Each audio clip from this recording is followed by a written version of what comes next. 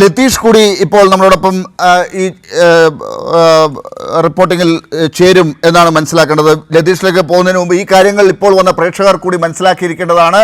ജോൺ ബ്രിട്ടാസ് എംപിക്കെതിരെ ഫേസ്ബുക്കിലൂടെ വധഭീഷണി മുഴക്കുകയായിരുന്നു BJP പ്രവർത്തകൻ. കോഴിക്കോട് സ്വദേശി സജിത്താണ് ഇക്കാര്യത്തിൽ ജോൺ ബ്രിട്ടാസിനെ വെടിവെച്ച് കൊല്ലണം എന്ന് പറഞ്ഞത്. എന്തുകൊണ്ടാണ് ഒരു BJP പ്രവർത്തകന് ജോൺ ബ്രിട്ടാസ് MPയെ വെടിവെച്ച് കൊല്ലണം എന്ന് തോന്നിയത് എന്ന് പോലീസ് കണ്ടെത്തേണ്ടതുണ്ട്.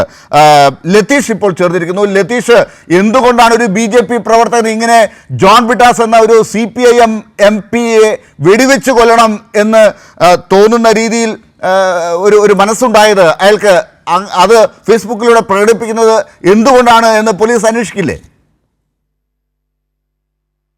ഇത്തരത്തിലുള്ള ഫേസ്ബുക്ക് പോസ്റ്റ് ശ്രദ്ധയിൽപ്പെട്ടതിലൂടെയാണ് വടകര ചോമ്പാൽ പോലീസ് അന്വേഷണം നടത്തുകയും ചോമ്പാൽ സ്വദേശിയായ ചോമ്പാൽ സ്റ്റേഷൻ പരിധിക്ക് വരുന്ന BJP പ്രവർത്തകൻ സജിത്തിനെതിരെ ചോമ്പാൽ പോലീസ് FIR രജിസ്റ്റർ ചെയ്യുകയും ചെയ്തിരിക്കുന്നത്.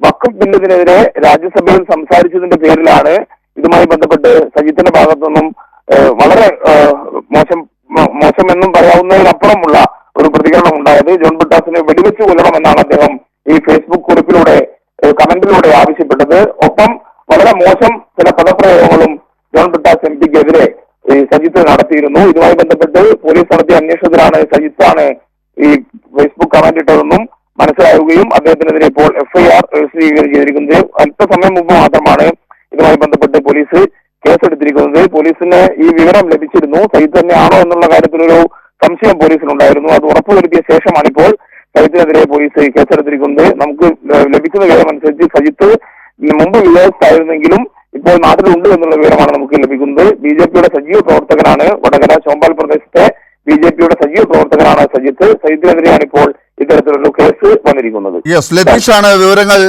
നൽകിയത്.